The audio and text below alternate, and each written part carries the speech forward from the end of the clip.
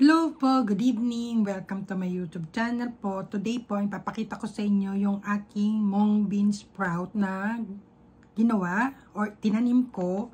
So, it's been a years nung huli akong gumawa nito.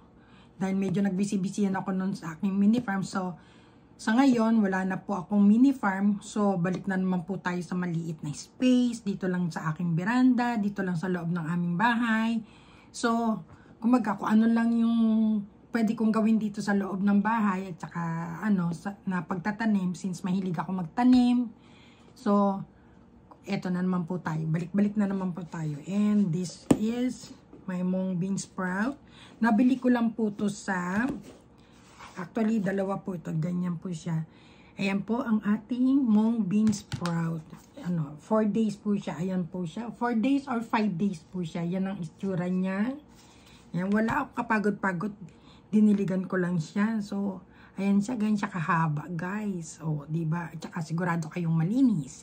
Sa panahon ngayon, mahal ang bilihin, mahal ang gulay, lahat mahal. So, kailangan tayo mag-isip kung ano ang dapat nating pwedeng gawin sa bahay para makatipid. So, ito yun. Isa ito sa naisip ko. I-continuous ko yung pag-sprout ng mga seeds, mga microgreens, katulad nito.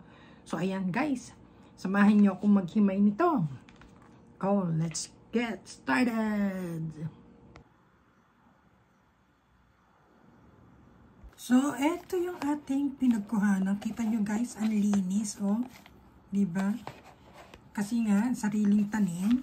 And then, eto yung ating ugat na pinutol. Ayan siya. And, eto na ang ating harvest. Diba guys? Oh. Ang dami din niya at saka ang linis niya. And tip lang po, pagka nagawa kayo ng toge, wag nyo munang huhugasan kung hindi nyo pa iluluto. Ito bukas ko siya iluluto, so ilalagay ko muna po siya sa rep, lagay ko siya sa plastic, pero hindi ko muna siya huhugasan kasi malalamog siya, mangingitim siya. So yan lang po guys. Thank you for watching. Please like and subscribe po kayo sa aking channel. God bless po. Thank you. See you on my next vlog. Bye.